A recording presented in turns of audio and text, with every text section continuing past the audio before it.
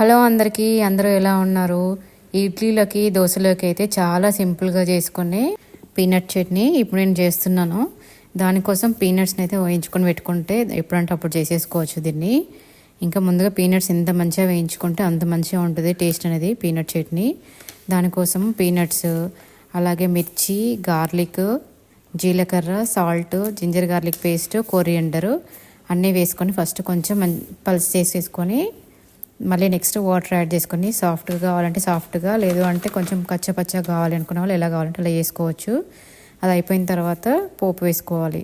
దానికోసం ఆయిల్ పెట్టేసుకొని జీలకర్ర, ఆవాలు, ఎండుమిర్చి, కొత్తిమీర, కరివేపాకు వేసుకొని కొంచెం పసుపు వేసుకున్నాక స్టవ్ ఆఫ్ చేసేసి ఇందాక చేసి పెట్టుకున్న పీనట్ పేస్ట్ని ఇందులో వేసేసుకుంటే సింపుల్ చట్నీ అయితే రెడీ అయిపోయింది. ఇది దోశలోకి, ఇడ్లీలోకి అయితే సూపర్ కాంబినేషన్. మీరు ట్రై చేసి ఎలా వచ్చిందో చెప్పండి.